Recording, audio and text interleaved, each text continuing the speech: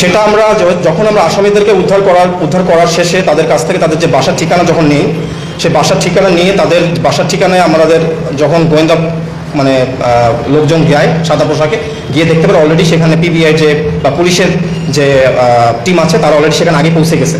তো আমাদের লোক ওই পিবিআই টিমের সাথেই ছিল।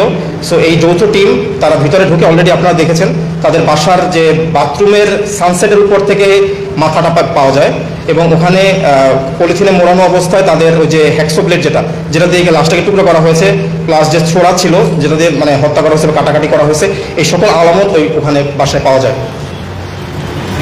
এটা গতকালকে বিকেলের দিকে বিকেলের দিকে এটা মানে পিবিআই পুলিশ তখন আমার লোক ওখানে ছিল, বাট আমার লোক ঢোকার আগে দেখা যায় পিবিআই চলে আসে। তো একসাথে সবাই ঢোকার পরে এটা তারা বেসিক্যালি এটা পুলিশ আসলে রিকভার করেছে।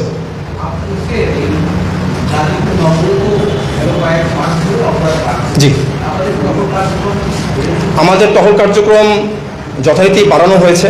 বিকজ টহল কার্যক্রমের পাশাপাশি আপনি যেমন যদি রাস্তায় যে চেকপোস্ট যেটা হয়, চেকপোস্টের রেগুলার কার্যক্রম যথারীতি চলমান রয়েছে এবং চলমান থাকবে। এবং এছাড়াও এর পাশাপাশি যেহেতু অপরাধ কার্যক্রমটা রিসেন্টলি আপনারা সবাই জানেন এবং আমরাও জানি যে খুবই বেড়ে গিয়েছে ওখানে, তো যার ফলে এর পাশাপাশি যে গোয়েন্দা নজরদারি যেটা আছে র্যাবের, সেটা আরও বৃদ্ধি করা হয়েছে ওখানে ইনশাআল্লাহ।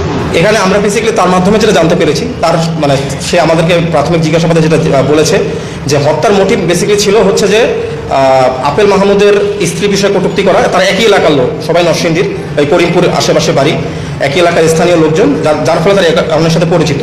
এবং এখানে আপনার স্ত্রীকে কটূক্তি করার একটা বিষয় ছিল, প্লাস রনির আগে থেকে একটা আক্রোশ ছিল। 2-3 বছর আগে তাকে আপেল মানে এই রনির লোকজন মিলে মারধর করে, সেটার একটা আক্রোশ ছিল।